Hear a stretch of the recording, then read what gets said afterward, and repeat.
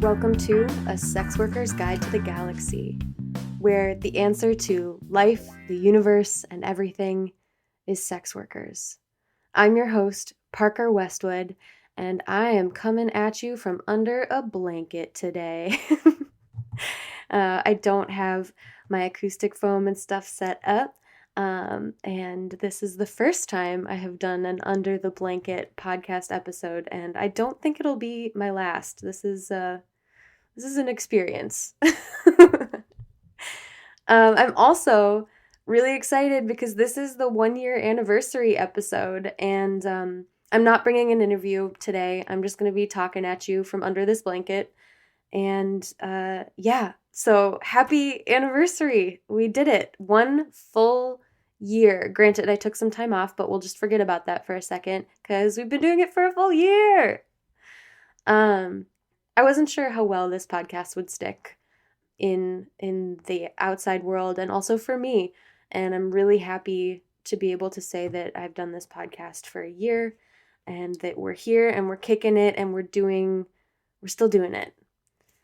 Yeah, over the course of 2021, there were 22 other sex workers interviewed, not including myself, because I did not interview myself. Although that could make an interesting episode at some point. Yeah, 22 marvelous human beings that I was able to have on this show. I'm so grateful to have gotten to know them and made those connections, and like this podcast gave me the gumption and confidence to do so. So I'm just so grateful. I think I say in every episode that I'm so grateful, but I am. This has just been such a really cool experience. And I love talking to other sex workers. So a huge thank you to each and every one of my 22 guests that I had over the course of 2021. And a huge thank you to the listenership. We had over 33,000 downloads over the course of this year, and it's just still growing, still kicking. So I've said this before, I think in my 6-month reflection episode, that Captivate.fm is where I host my podcast, and they have this analytics feature where you can utilize these analytics if you're monetizing your podcast and tracking it and all of that. I don't have the attention span to use these things in that way, but I love looking at them. I find them fascinating and exciting. And I love the map feature. So you can see how many people are listening to your podcast in which countries, and it's just fun. And so I looked at it kind of over the course of last year to see what my top 5 countries were as far as listenership goes. And then I picked a few other ones that I just wanted to shout out. So the top 5 countries where A Sex Worker's Guide to the Galaxy is listened to are the United States, Canada, Australia, the United Kingdom, and India. So thank you to each and every one of you tuning in from where you are. I appreciate you so much. And yeah, thank you for being part of this experience. We're going to call it an experience. And then I just wanted to shout out to a few other ones, like picked at random except for one, and you'll know why in just a moment. We had 27 downloads in Finland, 23 in South Korea, 14 in Malaysia, 18 downloads in Guatemala, and I think I know who the one person who did all 18 of those downloads is, and I just want to say I love you so much and thank you for listening. You're wonderful. And then we had 9 downloads in Zimbabwe, so thank you all. It's just really cool. Maybe I'll post a picture on Twitter of the map, because it's cool to see where everyone's tuning in from. I decided that this episode was just going to be a bunch of thank yous and some announcements, and then just see where it takes me. So let's start with some more thank yous. We've already covered guests and listeners. I think you're all great. I wanted to thank the Detroit Podcast Festival, and specifically Aaron Allen, who helped put it on for like the last 2 years. it was formative in me starting this podcast. I attended, and it was inspirational to hear other people's development process and just understand what a podcast is and how to make it happen. This podcast wouldn't have happened without the Detroit Podcast Festival and Aaron Allen specifically, who asked me some really important questions in the development of the podcast and just was incredibly supportive. So thank you, Aaron. I want to again thank Skylar Mills for the name. It's just perfect. It has done me so well throughout this year and will continue to do so well throughout 2022. Skylar, you're a creative genius and I love you. And then of course, the intro outro track. It's perfect, and Corey Davenport is who I have to thank for that. I was like, do something sexy and funky and just put a twist on it, and you do you. And it was perfect. It feels like a funky porn in space, and I just can't get enough of it. I was wondering if I was going to switch up the music once I hit a year, and I'm not. I love it. I love it too much. Sorry, not sorry. And thank you, Corey Davenport. And I'll be linking all of these people in the show notes, so you can go check out whatever they have to check out at your leisure.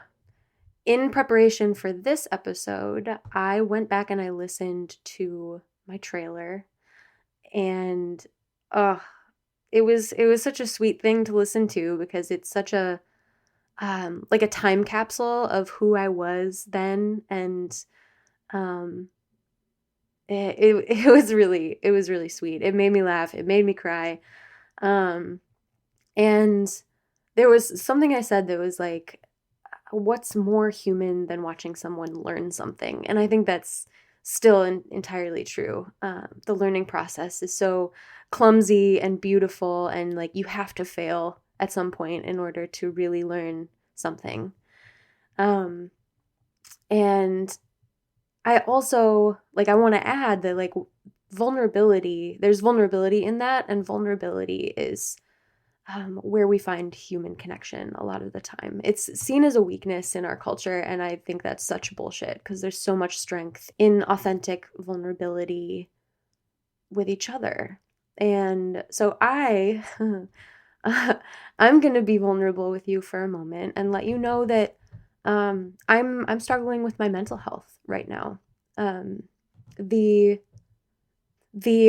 panorama, the pandemic, the everything we're calling it these days, and everything that has come along with these times, has finally taken its toll on. My cat is trying to enter my fort right now because she can tell I'm being vulnerable, I'm certain. But yeah, so these times, the last 2 years of all of this has taken its toll, and I am feeling it. So, like many people during this time, I'm struggling with anxiety and depression, and it's a wild time. It's really incredible how difficult it can make life to manage, and there's a lot I have to be grateful for. There's a lot that I'm genuinely excited about in my life, but I'm having a hard time behaving as though I'm excited. I'm having a hard time truly registering that sort of stuff. I'm having a hard time being accountable. And I am experimenting with boundaries in that so that I can show up and feel good about how I show up. And the hard part, the vulnerable part, the clumsy part is that I don't know what those boundaries need to look like. And so this experimentation process is something that I have to be open about with you all and with everyone else in my life. And so basically what I'm saying is I'm going to continue to do this podcast, but I may not be posting at the once every 2 weeks timeline. I'm going to try to, but that pressure right now is something that's not helpful for me, and it's made me shy away from actually doing what I need to do to keep this podcast going. So I'm hoping that by taking off the pressure and the deadline that I will, that will help. And if it doesn't, I can just change it up again. But I just wanted to let you all know that things are the way I'm going to be posting. The frequency at which I'm posting is going to be changing, and as I experiment with these things. So don't be surprised by that. And it doesn't mean I don't love you, because I do. It just means that I am finding the right ways to love myself whilst loving you and this podcast. So there's that. And thank you for holding space for that.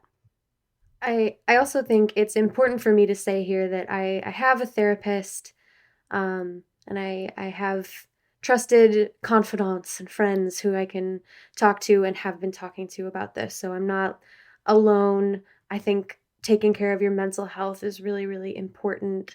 I hate that in the United States that it is a thing of privilege. Like, you have to have money in order to be able to take care of these things. So my heart goes out to all of you who are struggling right now.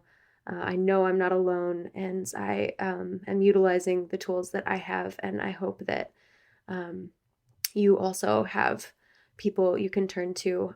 I will be linking some resources for people in the show notes, because this is apparently turned into a mental health PSA, so it's the least I can do.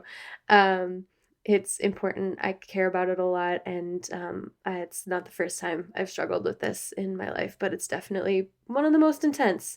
So take care of yourself, take your medication, stay hydrated, and talk to someone you can trust.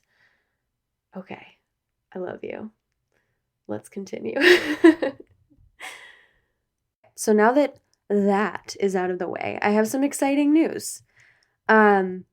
We have merch now. I have been talking about merch. I've been dreaming about merch. I've been thinking about it.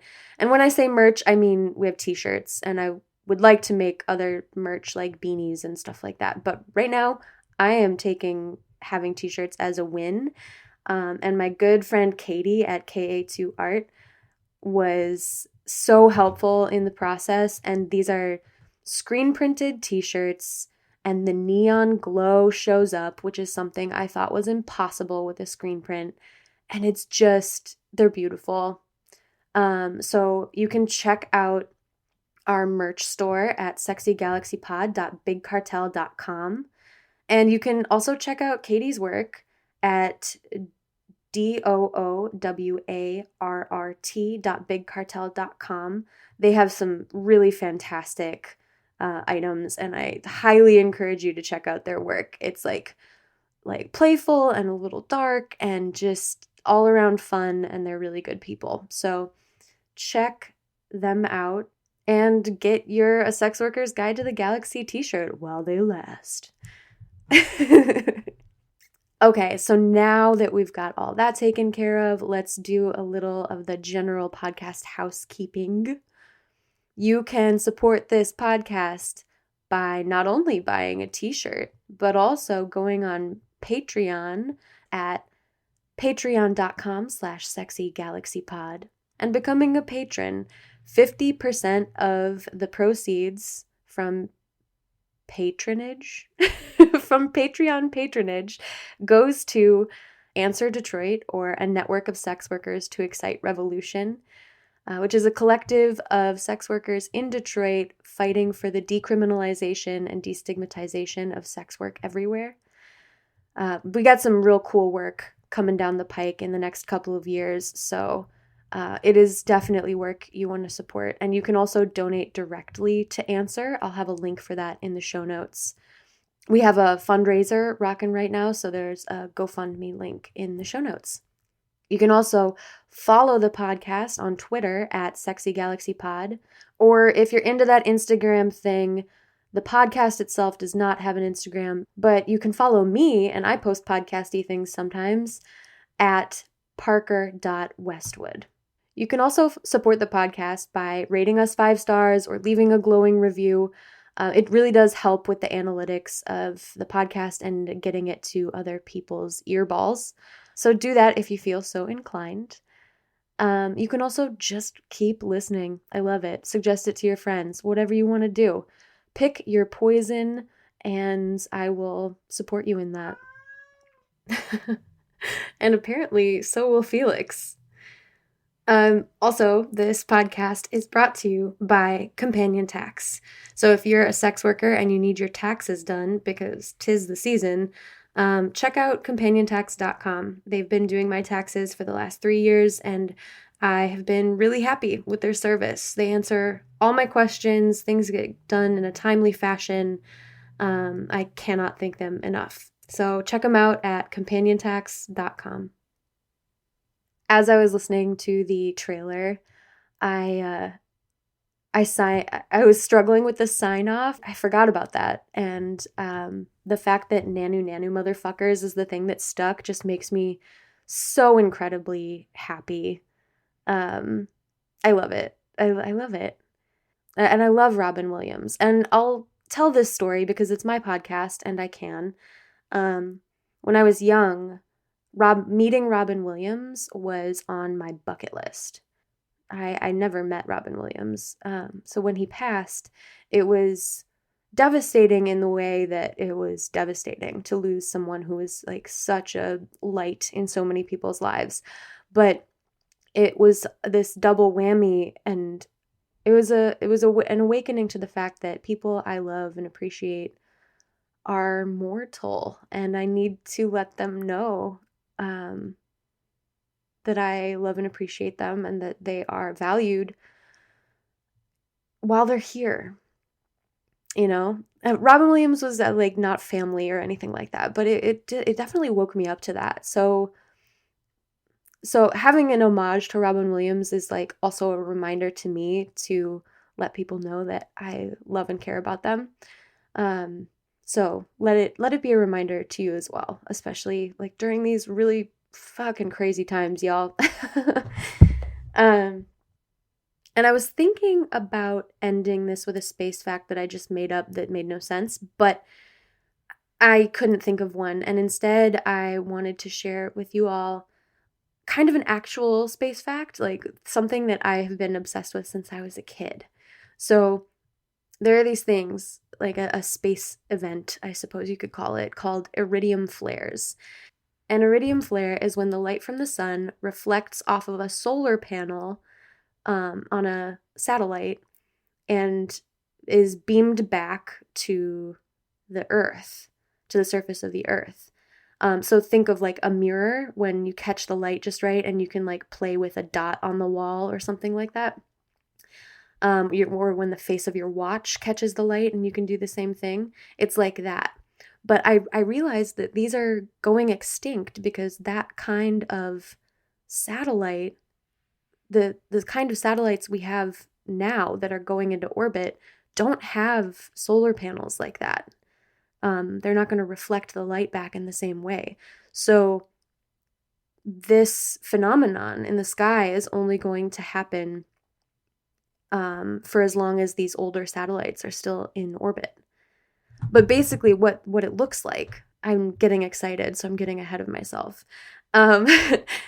What they look like is a very, very slow shooting star. And it happens because when the sun's light is reflected to this like pinpoint on the surface of the Earth, when that pinpoint passes over where we're standing on the surface of the Earth, it looks as though this slow-moving star gets slowly brighter and brighter and brighter, and then as this pinpoint passes over us and away from us, it gets dimmer and dimmer and dimmer. So it's just this super slow build up and die out. And it just looks like a really slow shooting star. It's nothing too spectacular, but I think they're beautiful. And if you want to look them up and see one for yourself, I will put a link to a website in the show notes where you can look these things up and check them out. Highly recommend it. I hope it makes your inner child as happy as it makes mine. So with that strange little enthusiastic space fact from my childhood, I will end this episode. Nanu nanu, motherfuckers.